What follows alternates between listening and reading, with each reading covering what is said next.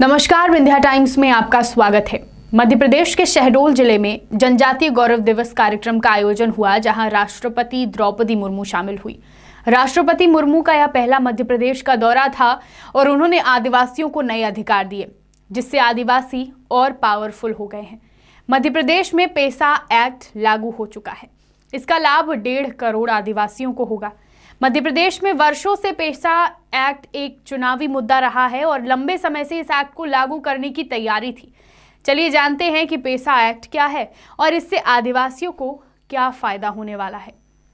संविधान बनाते वक्त नीति निर्माताओं ने त्रिस्तरीय व्यवस्था दी थी, संसद और विधानसभा।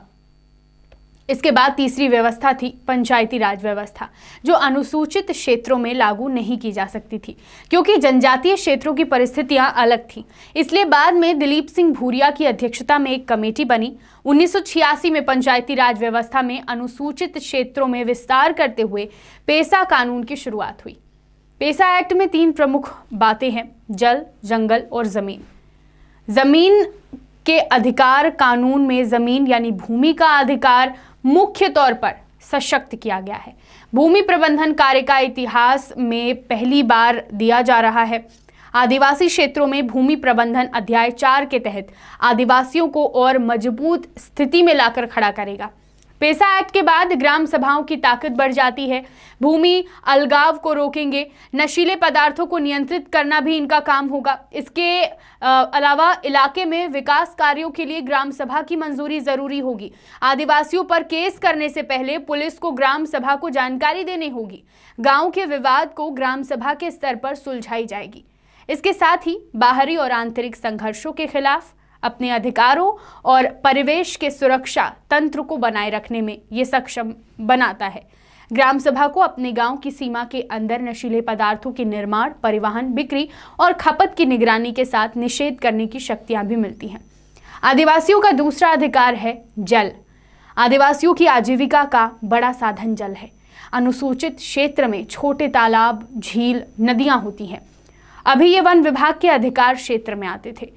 पेसा कानून में जनजातीय क्षेत्रों की ग्राम सभाओं को जल प्रबंधन के अधिकार दिए जा रहे हैं। तीसरा अधिकार है जंगल।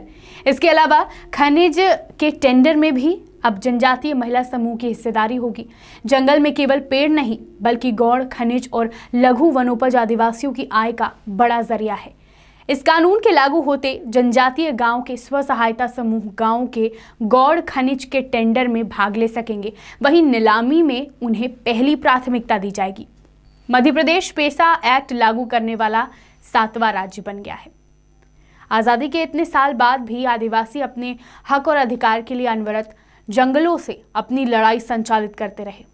जल, जंगल, जमीन की लड़ाई कब हाईवे की सड़कों पर आ गई, हमें पता ही नहीं चला। लेकिन क्या आपने कभी सोचा है कि तमाम राजनीतिक दल आदिवासियों के हक और अधिकार की बात तो करते हैं, लेकिन सत्ता में आते ही उनके मुद्दों को भूल जाते हैं। आज मध्य प्रदेश में पेसा एक्ट लागू हो चुका है।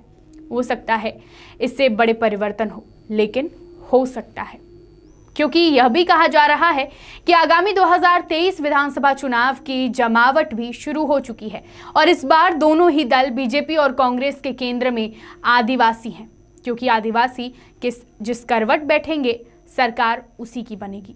बहुत बहुत धन्यवाद।